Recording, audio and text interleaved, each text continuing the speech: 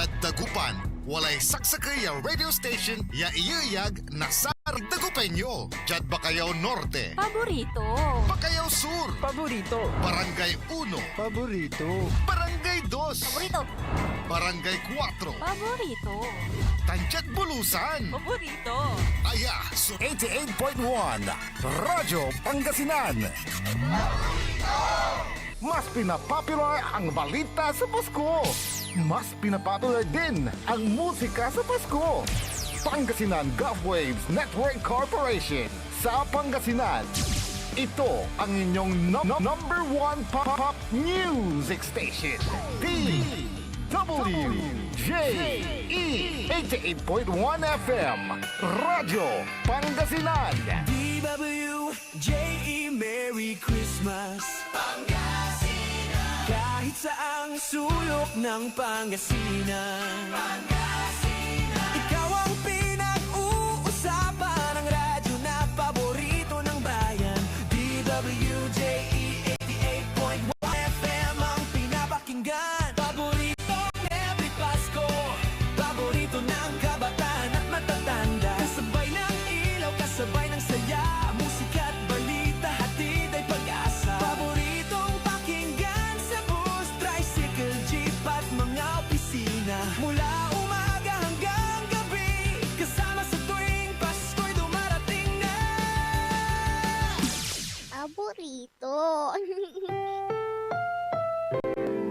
Ang susunod na programa ay rated GP.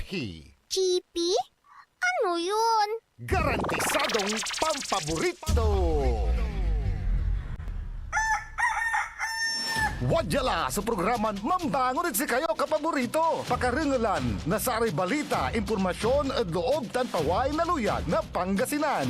Maabig ya kabwasan Pangasinan. Maabig ya kabwasan Pangasinan. Kaiba sa kapaboriton Dennis Mujares tan si kapaboriton Errol Horado. Jalabat DWJE 88.1 FM Radyo Pangasinan. Maabig ya kabwasan Pangasinan.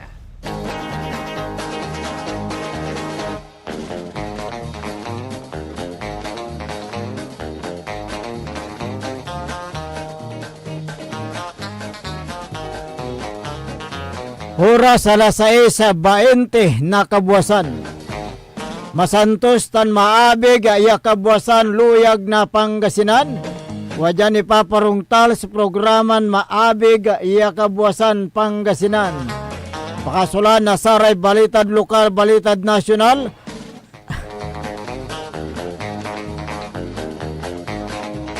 Agawad loob na 24 oras. Naringalan jalabat DWJE 88.1 FM Radyo Pangasinan na paborito.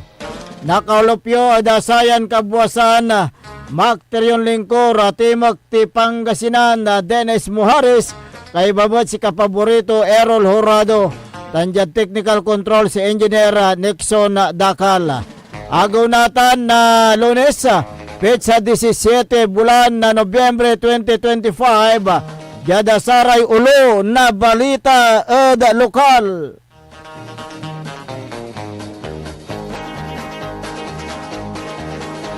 Laki pinapaltog na uyusan na bilay patambalan.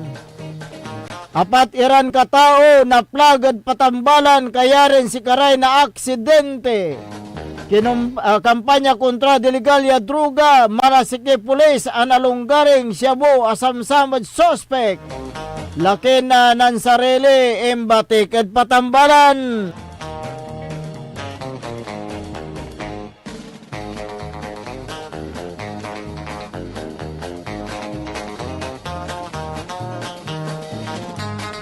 Oras nila alas 6:20 na kabuwasan tanatan wadyaray detalye at balita da lokal.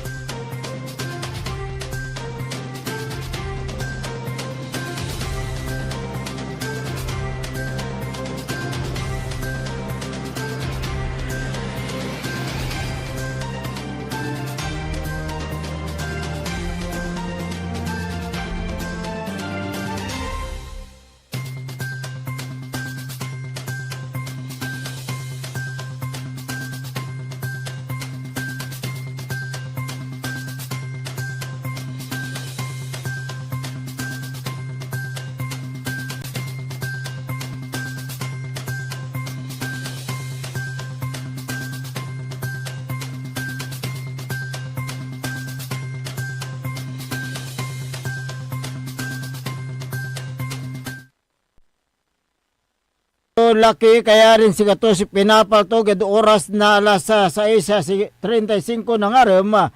Ya agawa ad Purok 6 sa Balay da Barangay Salvante, Balay na Obispo na Pangasinan.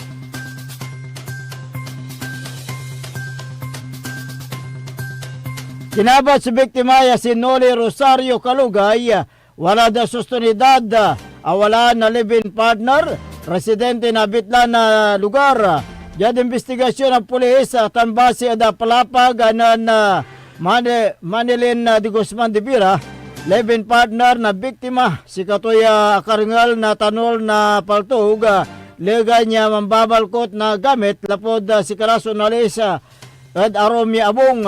Nan si Katipi maway jad Abong aning nang tunyaya ka to tirakyang, so live-in partner to niya ya walay kanay bala jad nanduruang party na laman. Tampulton timawag Dasare Barangay Council yan dalwan ng Kapitan Raimundo Frias Sr. Ya si katumat sa timawag Dasare kabiyangan na pulis at Orbistundo. Tampol yan awit jad mga tarim district hospital jad bali ng mga tarim. So abitlan na biktima habang balat si katos indeklara na dead on arrival sa may suspect. So batik kaya rin na insidente tan anapan na saray taklay na uloy.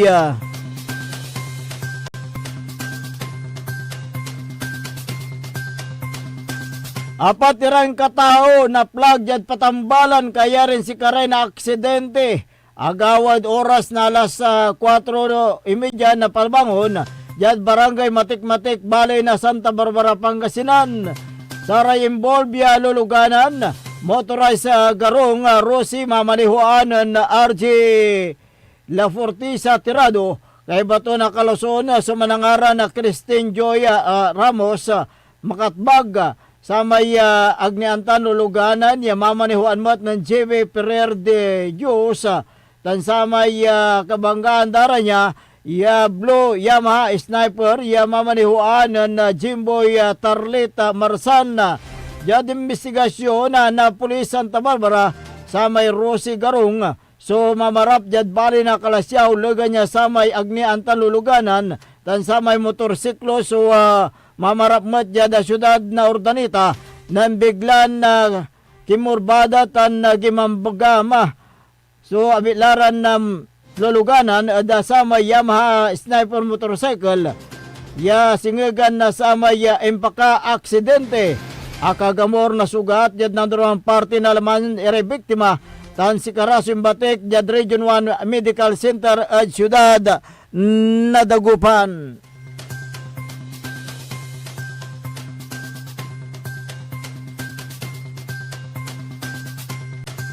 Naplagad lima na saray taklay no ulo isula kaya naglako na Cebu da ginawa na anti-illegal drug bypass operation at oras na alas 10:45 na labi jada barangay Butao, bari na Malasiki, Pangasinan.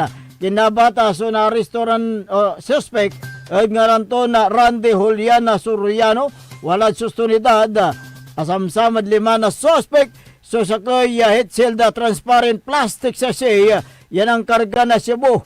Walay balaton na 0.3 gramo, man kantidad na 2,040 centavos. Sa kaya perason 500 piso belya inusar, adimpan na pain da suspect. Sa kaya unit black Oppo Android cellphone, tan sa kaya unit yarid black Honda Wave motorcycle. Sa tanya drug bypass operation, suing kasa na Malasiki Police, jad koordinasyon na Philippine Drug Enforcement Agency o PDEA Region 1, makalanor ada pinaulot ya kampanya kontra da illegal ya druga.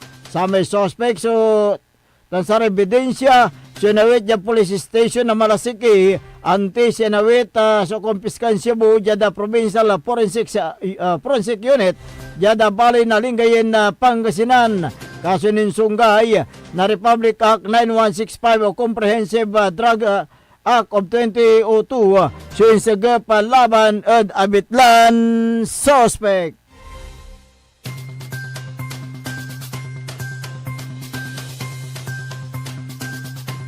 Nansarili inate dyan patambala nagawas o aksidente oras na alas 2:15 na pagbangon na Jada Provincial Road na Barangay Buyaon na Bali na Bayambang Pangasinan.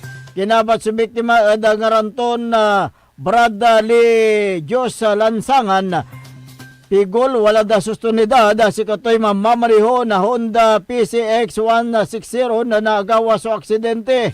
Yada ginawan na investigasyon na pulis Bayambang maplos batik na abitla na motorsiklo kanya na si kato at biglan na bimangga at konkreto ya simento tanay patog sa uloto niya. Imbatik sa biktima jada Bayambang District Hospital at Balil Bayambang pangbalat si kato si indeklaran dead on arrival.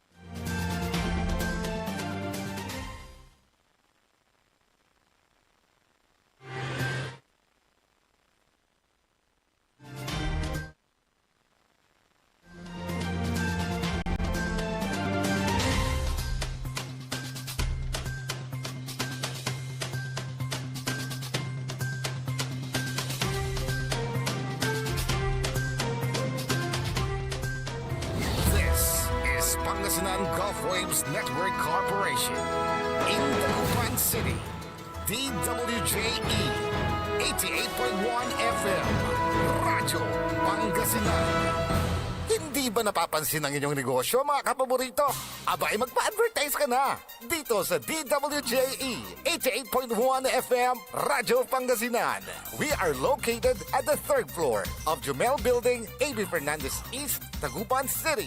Or you may contact us at 0968-444-4290 or 0956-168-4908. O bueno, mga kapaborito, magpa-advertise na! Umangon na, samahan ang inyong mga kapaborito. Maabig yung Kaposan, Pangasinan. Dennis Muhares, Errol Hurado, ang gigising sa inyo tuwing umaga sa programang Maabig Kabosan Pangasinan. Dito lamang sa number 1 pop music station. WJ 88.1 FM, Radyo Pangasinan.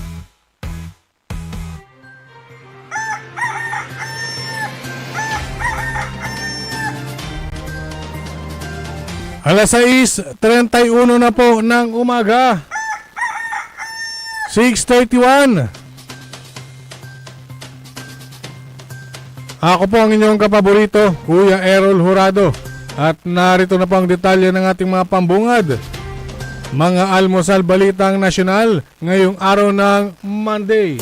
Radyo Pangasinan, Almusal, Balita.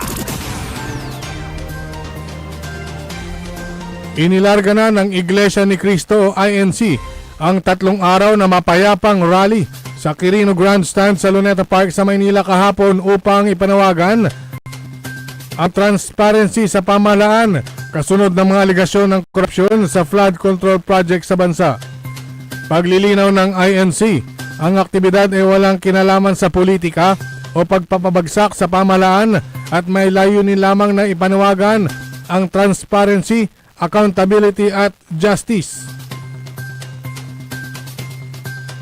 Batay sa ulat ng Manila Police District, dakong alas 5 ng madaling araw pa lamang ay nagsimula ng magdatingan ng mga miyembro ng INC na lalahok sa rally na nagsimula dakong alas 4 ng hapon nitong linggo at magtatagal hanggang November 18, araw ng Martes. Nagtayo rin ng mga grupo ng mga tent sa Burnham Green upang mapagpahingahan.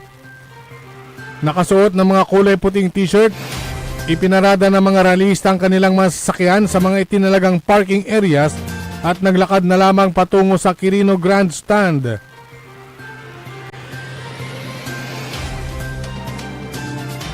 Simula naman ng Sabado ng gabi ay nakakalat na sa paligid ng venue ang nasa 3,000 tauhan ng Manila Police District upang matiyak na magiging maayos ang rally at siguraduhin ang seguridad ng mga rallyista. Batay sa crowd estimate ng Manila DRRMO Office, hanggang alas 6 kagabi ay nasa 650,000 ang mga relistya na nagtipon-tipon sa Quirino Grandstand. Radyo Radyo Pangasinan, Almusal, Balita. Samantala, nasa red alert status ang Armed Forces of the Philippines sa anti-corruption na rally ng INC at iba pang grupo habang nakahanda rin sa worst case scenario kaugnay ng posibleng panggugulo ng mga destabilizers. Muli ring at tinagubilin ni Browner ang kasunduan na huwag makigulo sa ingay politika, sa halip ay mag-focus lamang sa misyon ang mga kasundaluhan. Kasama ang respetadong religious leader mula sa iba't ibang sektor ay muling nanumpa ang AFP sa kanilang siguradong tungkulin. Mananatiling non-partisan at idedepensa ang konstitusyon. Ang INC ay nagsasagawa ng Rally for Transparency and Better Democracy sa Quirino Grandstand sa Rizal Park. Sa Manila sinimulan kahapon na tatagal hanggang Martes. Samantala, ang United People's Initiative Fighting Corruption na binuo ng mga retiradong general ay nagsagawa naman ng rally sa EDSA People Power Monument sa Quezon City kaugnay ng protesta ng mga ito sa malawakang korupsyon sa Ghost Flood Control Project. Radyo Pangasinan, Almusal, Balita. Samantala, mahigpit na sinusubaybayan ni Pangulong Ferdinand Marcos Jr. ang malawakang demonstrasyon na inorganisa ng INC nitong linggo. Ayon kay Acting Secretary Dave Gomez ng Presidential Communications Office, nasa Malacanang ang Pangulo at minomonitor ang rally ng INC. Noong Biyernes pa inanunsyo ng palasyo na hihigpitan ang seguridad sa loob at labas ng Malacanang Complex sa nakatakdang 3 araw na kilos protesta. Sa ngayon, nakalerto ang security sector dahil sa ulat na posibleng may manabotahe sa rally ng INC. Patuloy naman na nananawagan ng pamahalaan ng dahil may mga hakbang na para mapanagot ang mga nasa likod ng manumalyang flood control projects.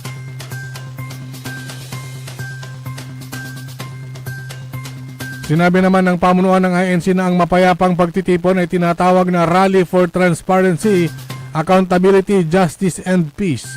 Ang ibang mga grupo ay nagsagawa ng mga rally sa EDSA People Power sa Quezon City kahit na inimbestiga naman ng mga ahensya ng gobyerno ang umano'y bilyong-bilyong pisong irregularidad sa mga flood control projects. Radyo Pangasinan, Almusal, Balita. Sa iba pang mga balita, ibinunyag ni dating Ako Bicol Party List Representative Saldico na siya mismo ang nag-deliver ng mali-malitang pera kay Pangulong Ferdinand Marcos Jr. at dating House Speaker Martin Romualdez. Sa ikalawang bahagi ng kanyang video na inilabas kahapon, sinabi ni ko na siya at ang kanyang mga staff ang nagdala ng pera sa bahay ni Pangulong Marcos at Romualdez sa North at South Forbes Park hanggang sa Malacanang.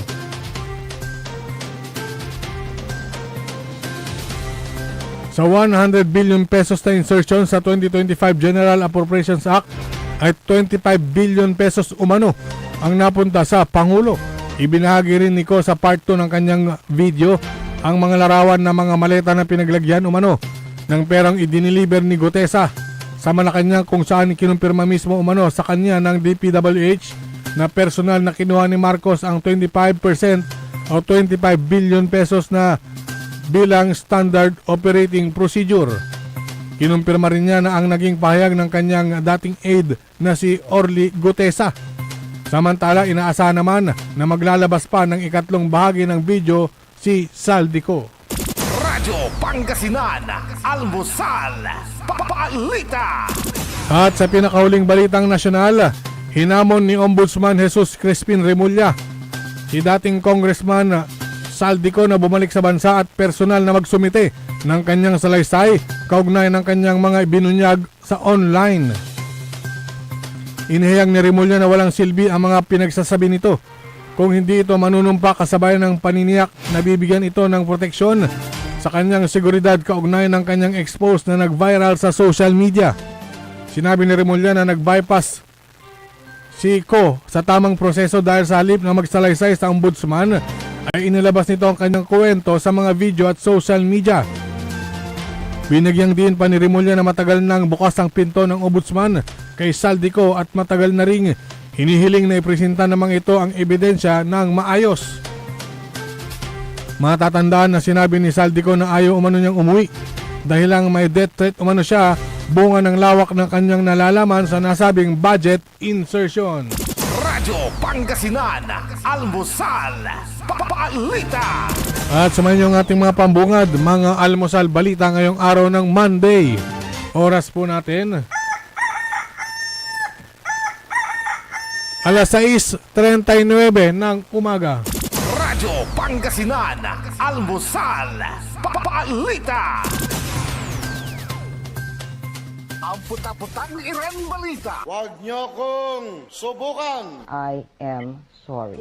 Walang kurap, walang mahirap. My God, I hate drugs. Mahiya naman kayo sa inyong kapwa Pilipino. Ang puta-putang Iran Sunata. Dame yung Son, ang puta-putang Iran Impormasyon.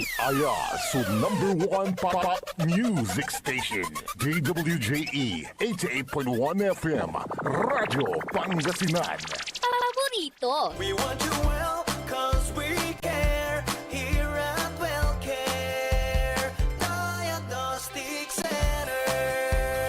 Deserve mo ng best care, kaya dito ka na sa WellCare Diagnostic Center. We want you well, cause we care. Here at WellCare Diagnostic Center.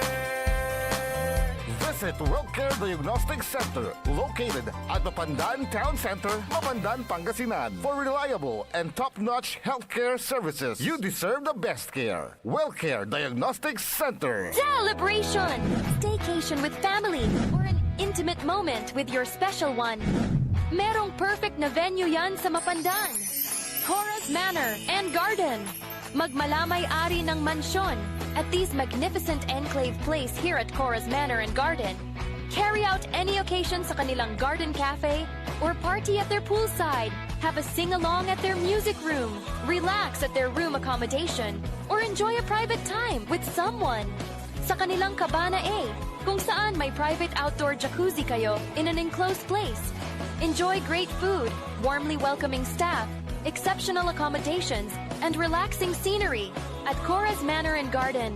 Whatever it is, Cora's Manor and Garden is the perfect place to be. Visit them at Barangay Pias, Mapandan, Pangasinan, or call them at 0945-800-7074.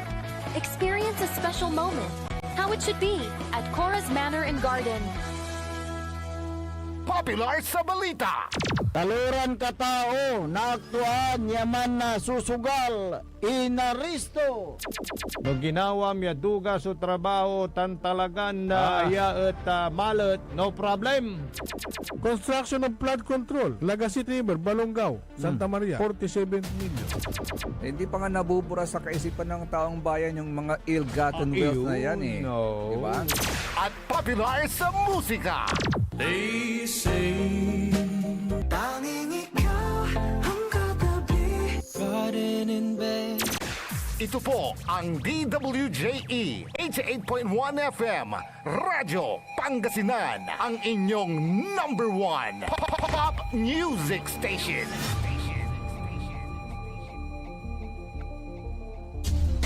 Diyan Pangasinan, walay saksa kaya radio station ya iiyag na saray Pangasinense. Diyan Aguilar, Paborito. Basista, Binmale, Paborito. Bugalyon, Labrador, Paborito. Lingayen, Paborito. mga tarem, Paborito. Tanjat Orbis Tondo. Paborito. Aya, 88.1 Radyo Pangasinan. Paborito ng kabataan at matatanda. Paboritong pakinggan sa bus, tricycle, jeep at mga opisina. Paborito mo, paborito ko, paborito natin lahat. DWJE 88.1 FM Radyo Pangasinan. DWJE 88.1 FM Radyo Pangasinan.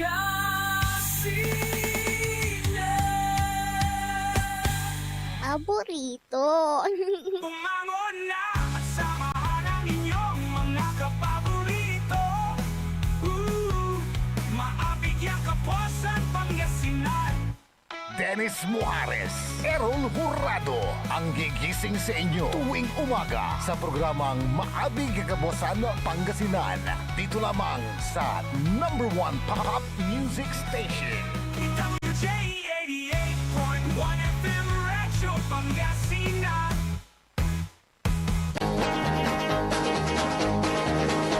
Oras alas 6:43 ng umaga.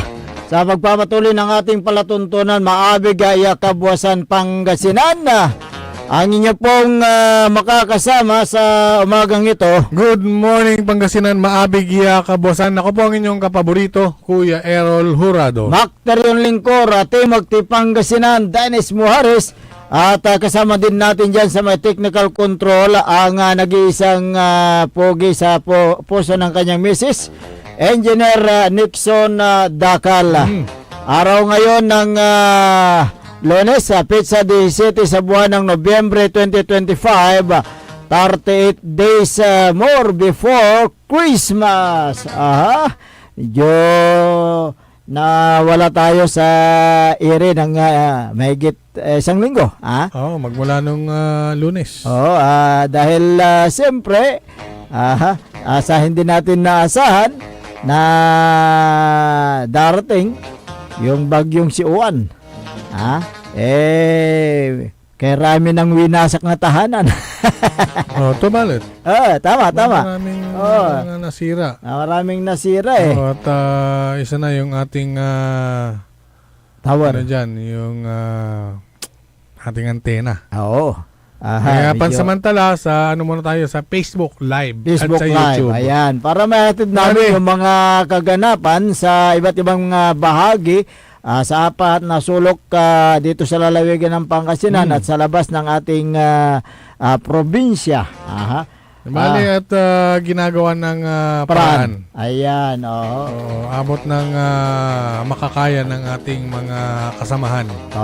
At alam mo ba na nabulabog kapaborito ang mga residente sa malakas na pagsabog sa barangay Tibong dito sa lungsod ng Dagupan kahapon bandang alas 3:50 ng hapon. Inalarawan ng mga residente na parang bomba daw. Nung hindi pa nila naiimbestigahan talagang samot-saring mga kuro-kuro kung ano man yung sumabog sa na kanilang narinig at yumanig sa iba't ibang kabahayan. Ayon sa inisyal na report, nagmula umano ang insidente sa di umano'y patago na paggawaan ng pinagbabawal na paputok sa loob ng isang compound o pribadong compound dyan sa may barangay Tibong. At agad namang rumisponde ang mga otoridad ng Dagupan upang mailigtas sa mga biktima na pula ang apoy at masiguro ang parameter at matiyak na wala ng kasunod na panganib. Kasabay nito sinuri ng mga opisyal kabilang ang PNP Dagupan ang sitwasyon ng at kalagayan ng mga residente matapos maramdaman at marinig ang pagsabog hanggang sa iba't ibang bahagi ng Dagupan kung saan ilang kabayan ang nagkaroon ng mga nabasag na salamin ang kailang mga bahay dahil sa debris na tumama. At isang individual ang malubhang nasugatan at agad naman na isinugod sa pagamutan habang patuloy na bineberipika ang lawak ng pinsala at ang kabuoang bilang ng mga naapektuhang pamilya. Sa gitna ng assessment, muling binigyan din ng mga kapulisan ang matatag na paninindigan ng lungsod laban sa mga mapanganib na at illegal na aktibidad tulad itong paputok. Sinabi ng PNP Dagupan na hindi kinukonsinte ang illegal na aktibidad na maglalagay sa alanganing buhay. Ang kaligtasan ng bawat Dagupenyo ang prioridad at sisiguraduhin na may mananagot sa nangyaring ito. Kasalukuyan na paring nagsasagawa ng investigasyon ng PNP at BFP upang matukoy ang mga responsable at masiguro ang kailang pananagutan ng mga gumawa nito. At alam mo ba, kapaborito Errol, na talagang yung paputok kasi ay delikado yan. At mahigpit na pinagbabawal ang paggagawa ng illegal na paputok batay sa Republic Act 7183. Ngunit marami pa ring mga pasaway. Ang pangunahing layunin ng batas ay protektahan ang kaligtasan ng publiko, kaayusan at seguridad. Tradisyon kasi ng Pilipino tuwing sasapit ang araw ng Pasko, maraming gumagawa ng illegal na puputok at walang kaukulang permit mula sa mga otoridad. Kaya ito Lantaran rin ang pagbebenta ng paputok pag pasok ng buwan ng Disyembre. Pero nare-regulate naman. Merong unang-una yung lugar kung saan nila yung designated area at may mga dapat ibenta at pinagbabawal yung mga malalakas na paputok. May mga pinagbabawal ng batas tulad ng mga inilalagay na pulbura, dapat hindi hihigit sa 0.3 na gramo. Pero ang gusto ng minsan nga yung mga namimili rin. Sila yung namimili. Ang gusto yung mga malalakas na paputok. Napakaraming pangalan ng mga ipinagbabawal. Ito, magbigay ako ng example ng mga bawal. Yung Piccolo, Super Lolo, Plapla, Giant Bawang, Goodbye Earth, Atomic Bomb, Triangulo, Boga. Yung Boga. Yung improvised na kanyon. Nagawa sa PBC. Tsaka yung noon pa ito, Watusi. Bawal yan. Kasi nakakalason yan. Ang mga pinapayagan ng batas na paputok ay mga fountain. Yan yung mga roses, pwede. Yun yung nasa merkado. Roman candle at iba pa. Ngunit hindi gaanong kanito mabinta dahil ang kadalasan na binibili ng mga namimili ay yung mga pinagbabawal sa batas. May mga parusa sa mga lumalabag sa batas, ngunit wala pang ikaw may nabalitaan ka na ba? Nakulong? Nakulong? Wala pa. Nahuli siguro, kinumpis ka yung mga paninda, pwede. Yung meron tayong Republic Act, yung nabanggit mo kanina na 7183. Kulang ang ngipin ng batas na yan. Kaya paulit-ulit ang paggawa at pagbinta ng mga malalakas na paputok. Yun ang paano yung batas? Kaya nga parang useless. Hindi naman siguro. Pero mo, may batas tayo pero hindi masyadong pinapairal o inimplementa ang naturang batas na yan. Kaya't sabi nila parang useless, kulang ng ngipin yung naturang batas na yan. Tulad na pag-usapan natin yung illegal, kapaborito Aaron. Dito naman tayo sa illegal na gawain pa rin. Illegal na gawain pa rin. Anong klaseng illegal yan? Sa sugal. Sugal naman tayo. Sugal. Ayoko. Ayaw Sabi mo. sugal naman tayo. Ayoko. Tayo na talakayin natin. Dahil may natanggap tayo na impormasyon tungkol sa isang pakialamiro o pakialamira na media na galing sa Isabela. Galing pa sa probinsya ng Isabela ito. Anong yan? Anong kasalanan yan? Isabela? Tapos Pangasinan? Anong region ba yan? Mga region, ang alam ko, region 3 ba? Region 2 ng Isabela. Dumayo sa Pangasinan para himukin daw ang lahat ng mga nagpapasugal ng drop ball na magkaisa para ipabukas raw. Ngayon, bukas na yung drop ball sa Pangasinan. Pagkatapos ng bagyo, open na. Di ba? Bukas na. Anong masasabi dito ni Kwan?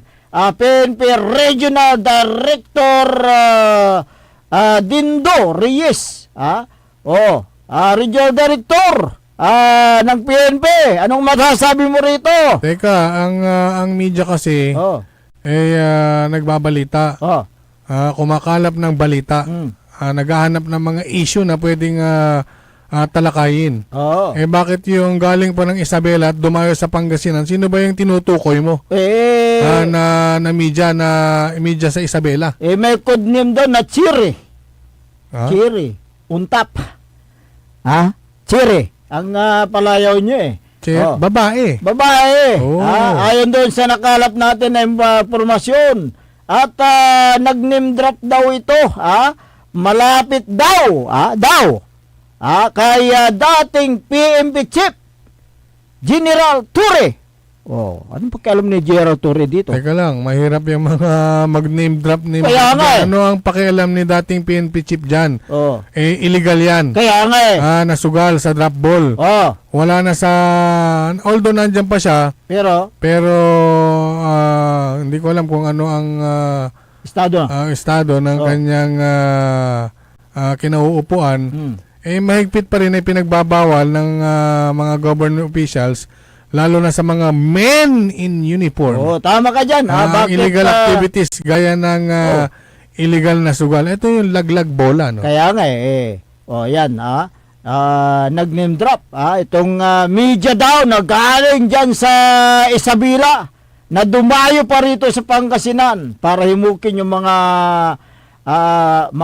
nagdadrop ball. Ngayon, dapat na sagutin ito ng PNP Regional Director Dindo Reyes, kung ito ba ay may basbas, bakit nagbukas yung drop ball dito sa lalawigan ng Pangasinan? Ipagpalagay natin na ito nga ay kilala, siyempre media. Ni dating PNP Chief Torre. Ano naman ang connection niyan kay Regional Director Reyes? Sinasabi ng media daw na galing sa Isabela taga Isabela. Na tauhan daw ni Gerald Torre itong si PNP Regional Director Reyes. Totoo ba ito? Nagtatanong tayo, Regional Director Reyes, na ikaw ay tao ni dating PNP Chief Torre. Nagtatanong lang tayo dahil itong si Gerald Torre daw naging regional director dyan sa may Isabela. Kaya inutusan niya itong media na ito. Linawin natin itong si RD, itong si regional director ayaw niyan. Kaya nga pinahinto. Pinasara niya, di ba? Ayaw niya dahil nabisto. Nabisto. Anong nabisto? Nabisto yung mga drop ball di ba pinatigil yan lahat, buong Region 1? Kasi may nag-expose nagtataka po kami kung bakit nitong pagkatapos ng bagyo na si Uwan, parang bagyo rin na nagpasugal itong mga drop ball. Parang yung inilatag na nila sa publiko yung mga drop ball na yan. Ngayon, bawal ang illegal na sugal ayon sa Republic Act 9287 at yung tinatawag na Presidential Decree 1602 na lahat PD 1602. as amended by Republic Act 9287.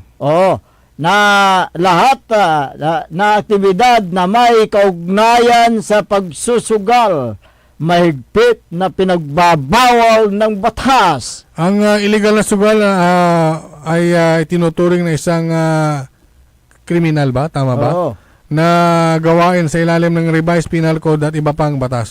Ang layunan ng batas na ito upang protektahan ang interes ng publiko mula sa mga negatibong epekto ng pagsusugal gaya ng pagkasira ng moralidad at yung pagkaubos ng kailang pinaghirapan na pira. May mga parusa sa ilalim ng batas na ito na pwedeng makulong ang nag-organize o ang mga pinanser. Wala tayong nabalitaan ka na ba? Nakulong? Na nahuli yung mismong peryante, yung pasugal? Wala. Siyempre, may kuwan di ba? May kuwan may under the table Dahil mahina ang pagpapatupad sa batas, siyempre, hindi na ipapatupad yan ng mabuti dahil may PM. PM. PM na lang tawag yan. may Protection, PM. mami. Sige. Ayan. Dito sa Pangasinan at sa rehiyon, kilala ng mga law enforcers sa mga namamayagpag at mga naglalatag ng drop ball sa bawat bayan hanggang sa barangay. Oo.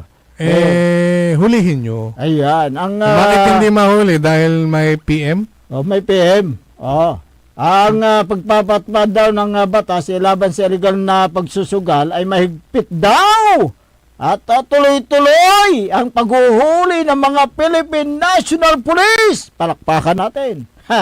Kaya maraming nahuhuli na nagsusugal ng Tong H at Lucky 9. Oo nga, no? Di ba?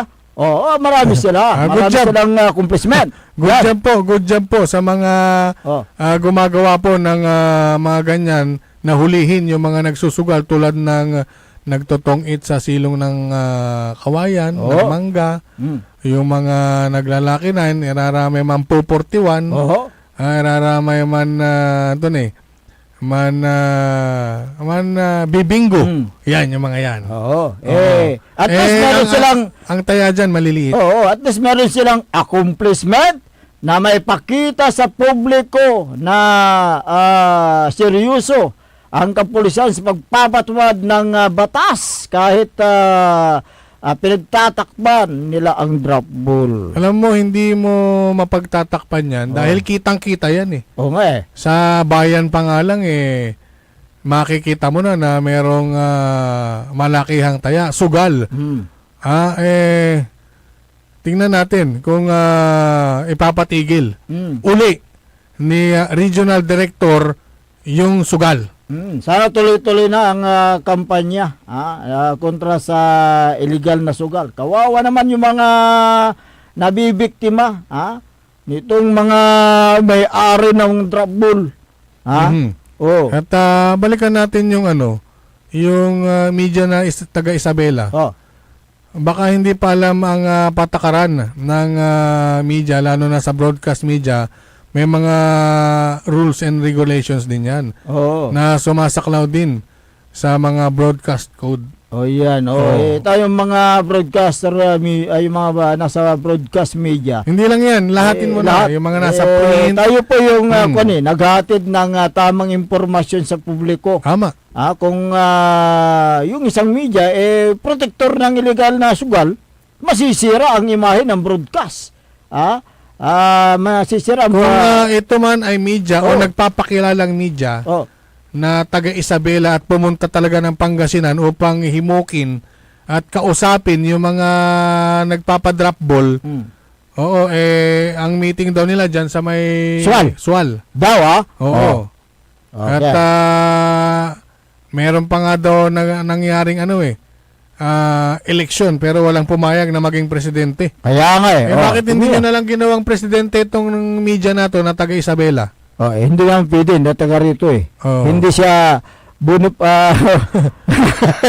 hindi siya taga rito Kita nyo? Kaya kung totoo man ito na siya ang nag-organize at nakipag-usap sa mga opisyalis, ay napakalakas nitong media na to. Kaya nga, malakas sa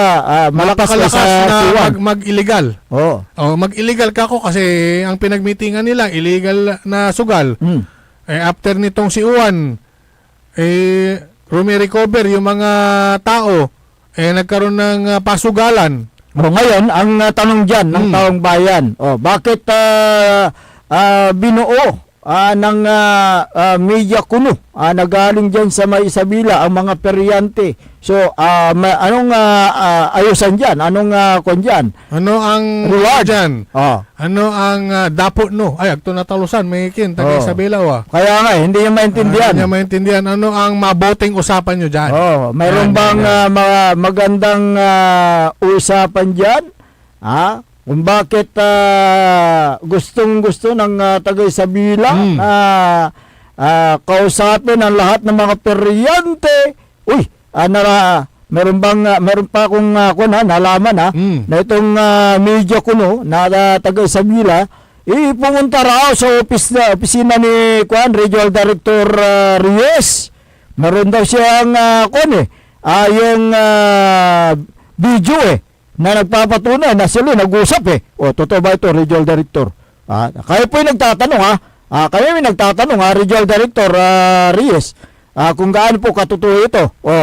Ayun, kung hindi totoo, pahintuin mo ang illegal na sugal na double.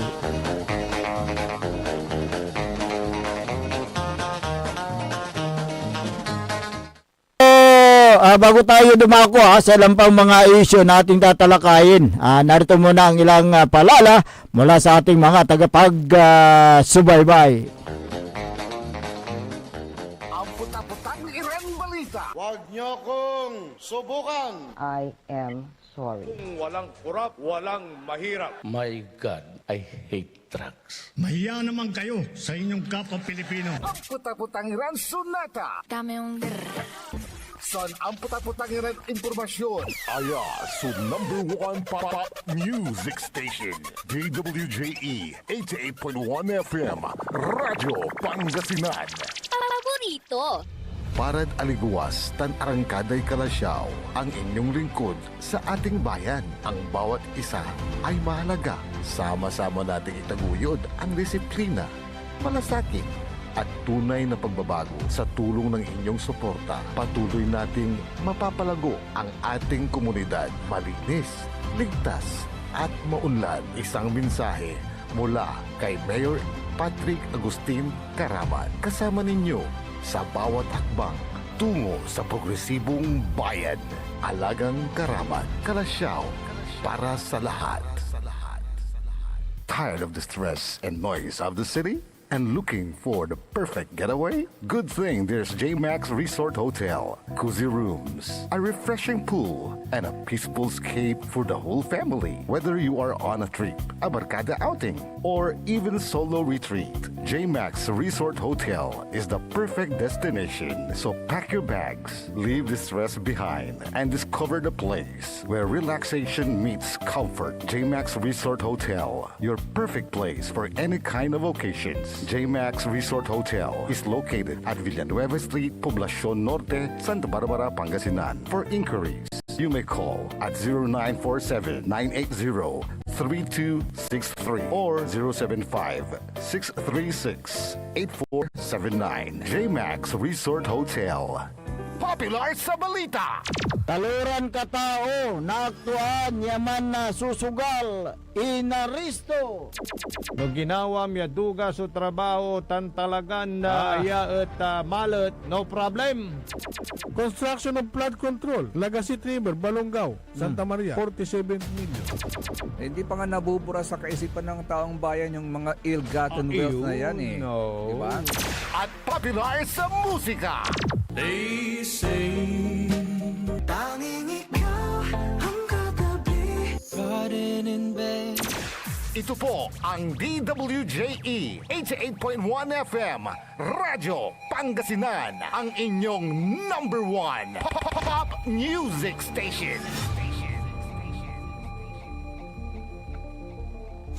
Jad Dagupan, walay saksakay a radio station ya iyayag na saray Dagupenyo. Jad Bunuan Binlog, Paborito. Bunuan Bukid, Paborito. Bunuan Geset, Paborito. Kalmay, Paborito. Karaen, Paborito. Tanjad Karanglaan. Paborito. Aya, so 88.1 Radyo Pangasinan. Mas pinapopular ang balita sa Pasko. Mas pinapopular din ang musika sa Pasko. Pangasinan Golfwaves Network Corporation sa Pangasinan. Ito ang inyong #1 pop music station. DWJE 88.1 FM Radyo Pangasinan. DWJE Merry Christmas Pangasinan. Kahit saang sulok ng Pangasinan, Ikaw ang pinag-uusapan ng radyo na paborito.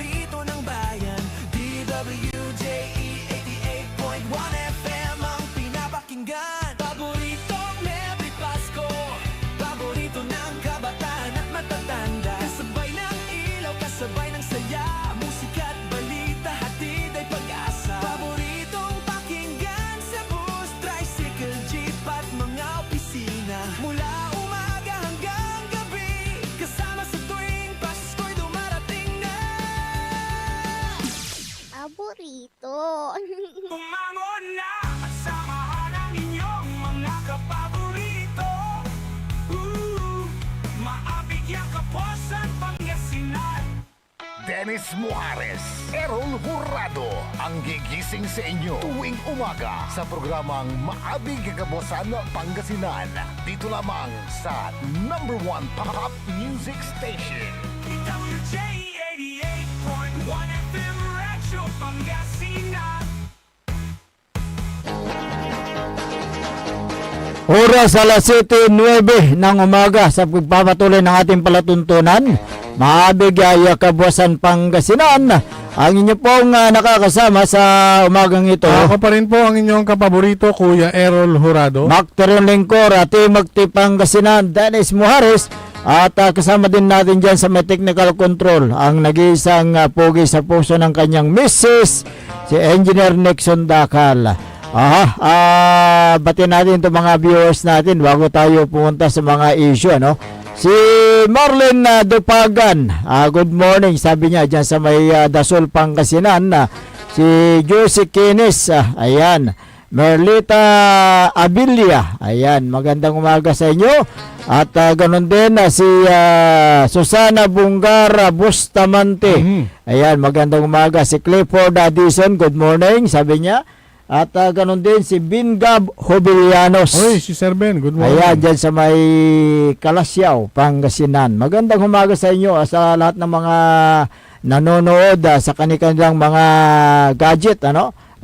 Dahil Facebook live lang tayo. Si paring Alvin, si Kagawad. Alvin Sandoval. Oo. Tsaka sa kanyang may bahay, si Madam Principal. Good morning. Ayan, good morning. Kumusta na si Kwan nga pala? Si ex-mayor Leopoldo N. Batawil. Dating congressman din na 2nd District.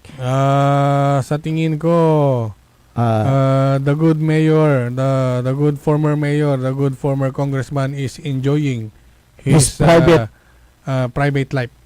Ayan, nasikaso niya yung kanyang mga pamilya. Siyempre, matagal din siya sa paglilingkod magmula sa men in uniform hanggang siya ay nagretiro, pumasok sa politika bilang congressman, natapos niya rin yung congressman hanggang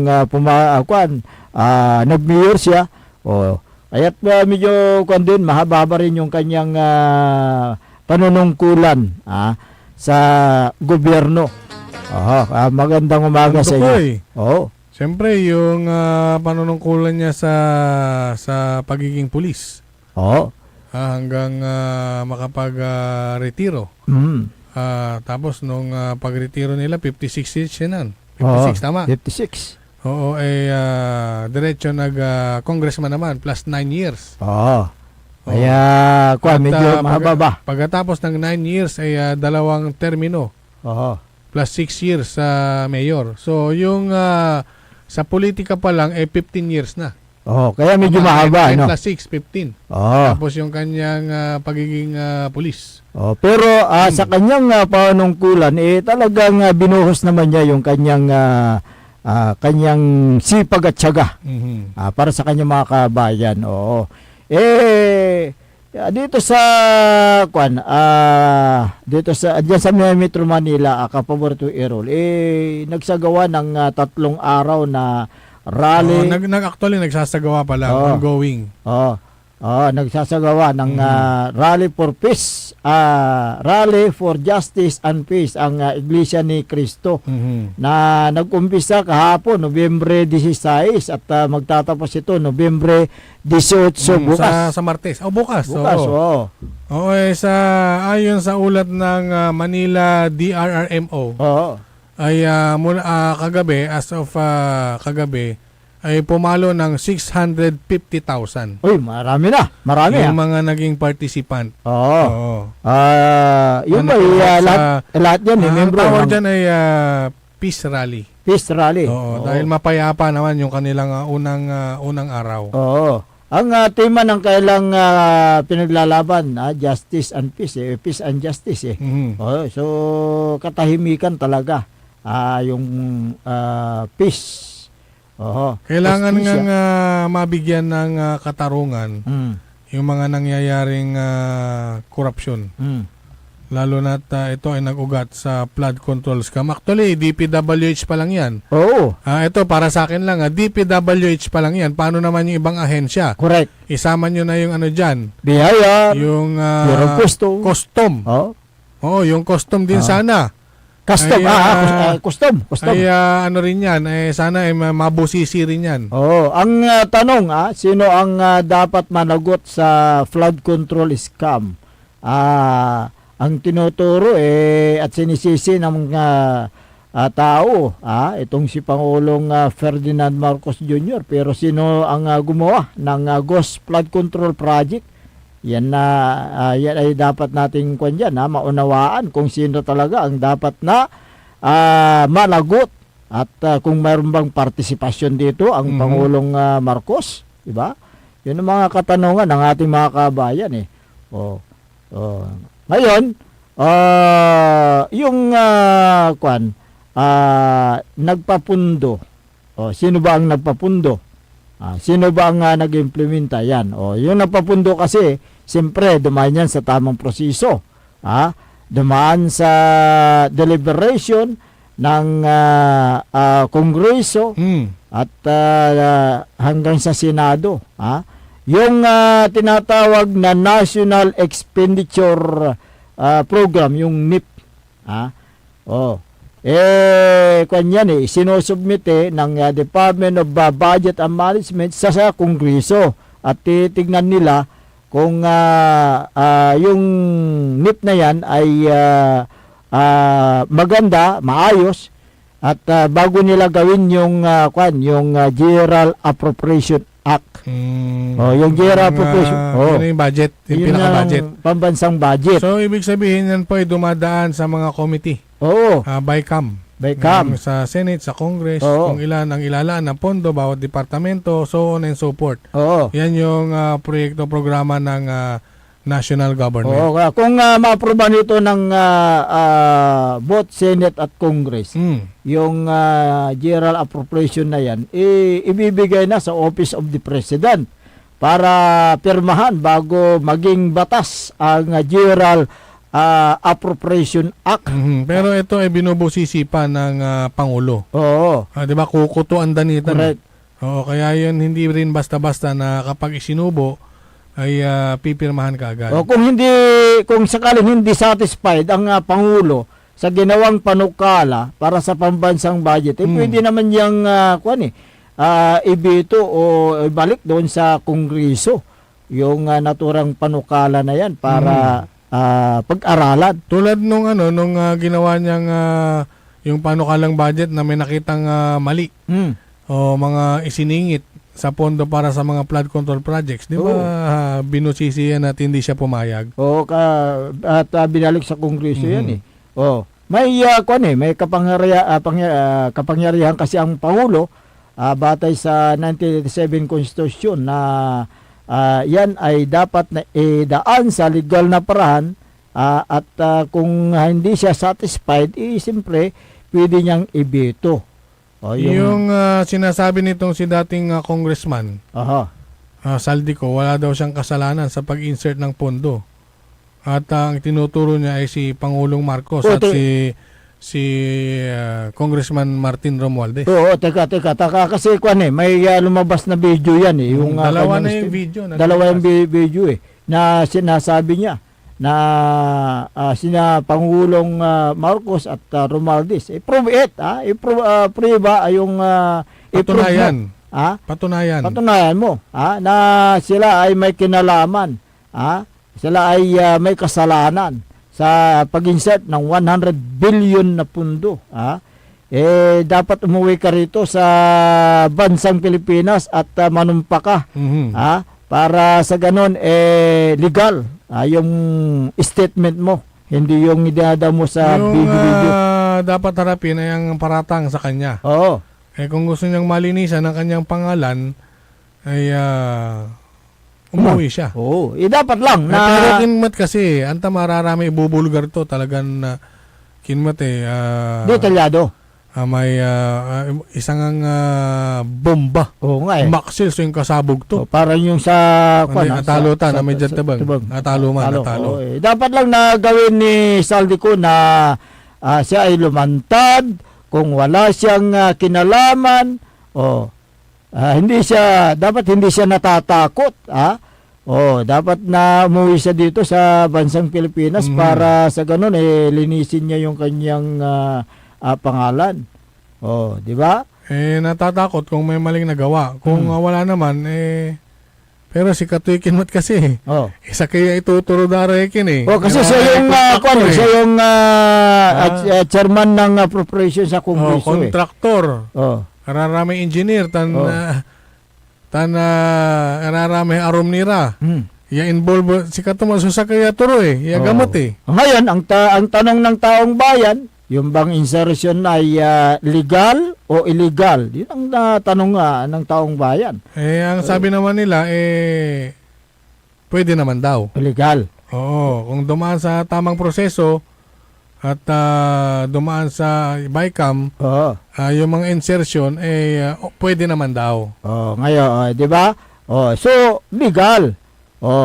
Parang sa local government unit, gagawa sila ng supplemental budget para sa mga dapat na pagkagastusan at ito ay dumadaan sa deliberation ng sangguniang concern. Ganyan din ang insertion. Nag-insert sila ng pondo para sa flood control project, ngunit ito ay dumaan sa Kongreso at Senado. Ganun yan. Ganun parang ang problema nga, hindi ito na ipatubad ng tama, napunta sa bulsa ng mga buhayang opisyal ng gobyerno. Ayan. So, tatlo lang ang dapat na panugutin dito. Una, ang Department of Public Works and Highways, siya yung implementing agency. Pangalawa, yung contractor na gumawa ng proyekto. At pangatlo, yung Commission on Audit, kasi sila yung nagsasagawa ng audit report So tatlo lang yung dapat na sisihin dito kung bakit nagkaroon ng mga talurara, kailangan na sikara labat, agdaan tarara may kinsirin. Nararami masatagay opisyal. Nandiyan na tayo. Sa tatlong nagsabuatan sa Ghost Project at Substandard, lalo niya sa Bulacan at sa iba pang lugar sa Pilipinas. Sa Kwandalante, noong nga po may engineer tan contractor, ang DPW siya na sa buhatan. Kung wala sila, paano naman yung involved na congressman? Kaya nga, yung mga gumawa ng insertion. Yung mga proponent. Kung wala ring amoy ang mga yan, hindi sila aliwan maksil sulubda. Kasi turoy amolante si Saldico. Si Saldico mat, si Babaga tumat, si Presidente lamat. Kasi ganito yung nangyayari dyan yung pundo na yan yung sinabi ni Senador Ping Lacson na nagkakaroon ng pizza pie, hatian sa kickback. So, yung isang project na worth pagpalagay natin 1 million, worth 1 million. Pag kanyan, hinati-hati mo yan, maliit na pupunta doon sa project. Kung minsan, gagawin nila ghost project, wala yung proyekto, nilabas ang pundo. Ghost project, nabayaran, walang project. Kaya nga Nasingil, walang project. Pero, grabe naman itong mga kasi, DPWH sa First Engineering District yan sa Bulacan hindi sila nagtira sa masyadong garapal. Masyadong garapal dapat pino lang kung kukuha kayo ng kickback. Hindi naman yung ganyan porque hindi nyo pera ng taxpayers winawaldas nyo pa na pupunta pa kayo sa mga pasugalan. Para sa ganun maging legal yung pera ninyo. Matalo man o manalo, pera pa rin nila yun, di ba? Ginawang legal yung illegal. Yung perang nanggaling sa illegal na pag sila ay nanalo, legal ang kanilang pagkapanalo. sa casino. Yun ang kwan dyan. O ngayon, nakalagkad ang pangalan ng mga ilang senador at congressman dahil yan sa insertion na sila ay dawit sa flood control scam. Ano ngayon ang kwan dyan? Haliwan tuwatan. Haliwan tuwatan. Bakit? Walang basihan. Walang katotohanan. Yan ang kwan dyan eh. Yan ang problema dyan eh. Yung mag-establish ng mga ebidensya, mga supporting documents. Although, na may mga witnesses.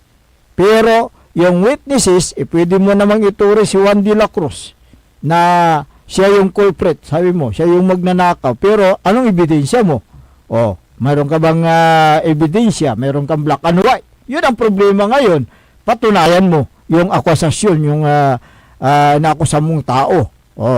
Paano patunayan yan? Kung sabi-sabi lang, lalabas, heresy. Diba? Yun ang kwan dyan.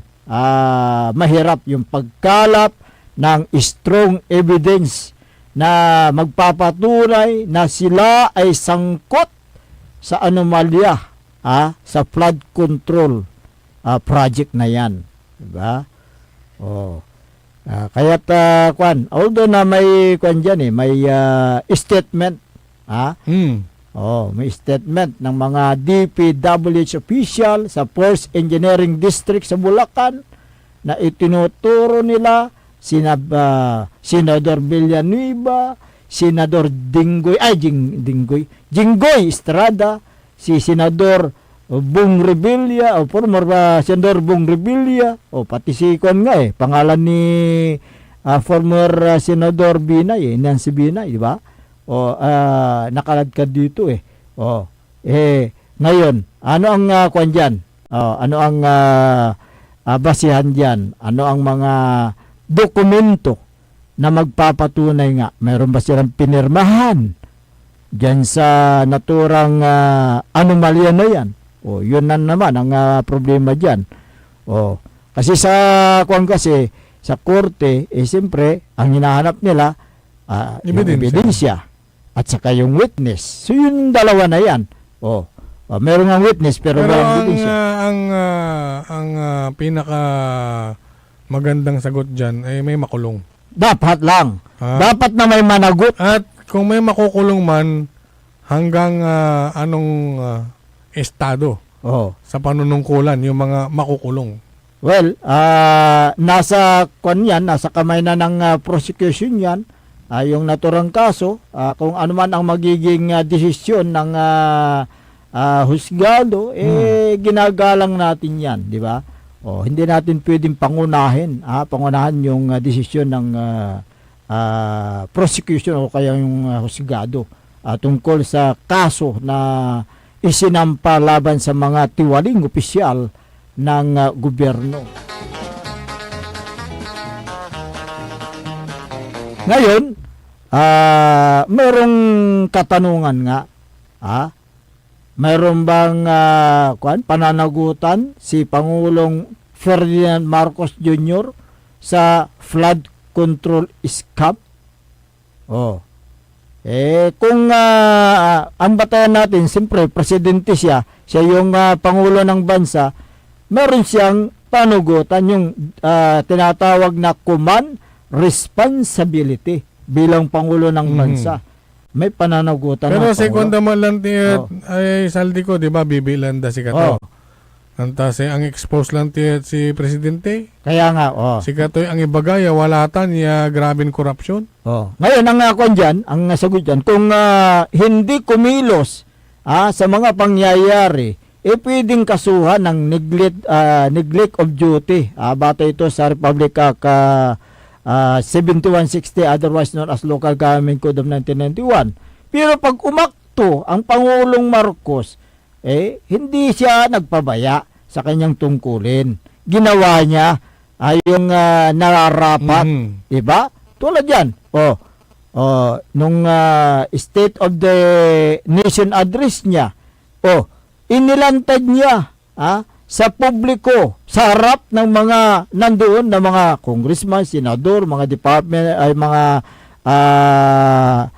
opisyal, na patungkol ito sa flood control scam dahil maraming ang mga biktima sa Bulacan, sa nangyaring malawakang pagbaha.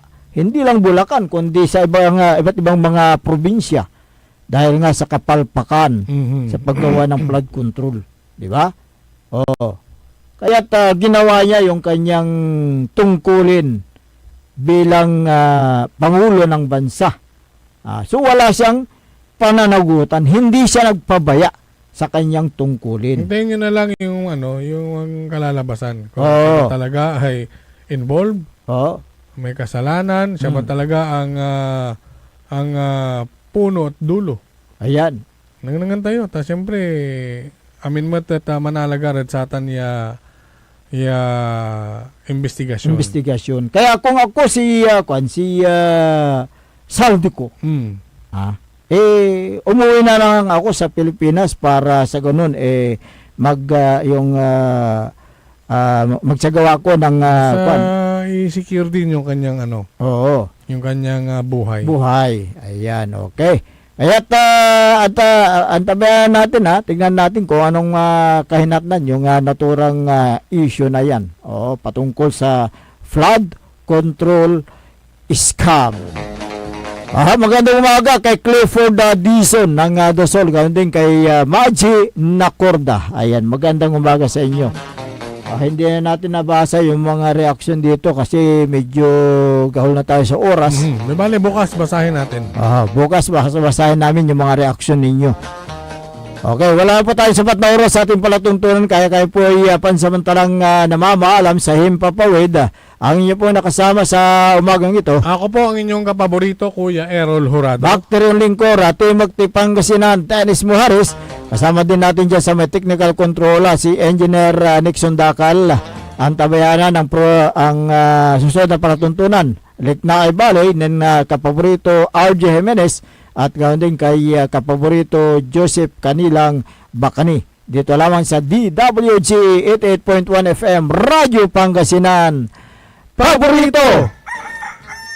Wadyala sa programan Mambangon si kayo kapaborito. Pakaringalan na sa balita, impormasyon,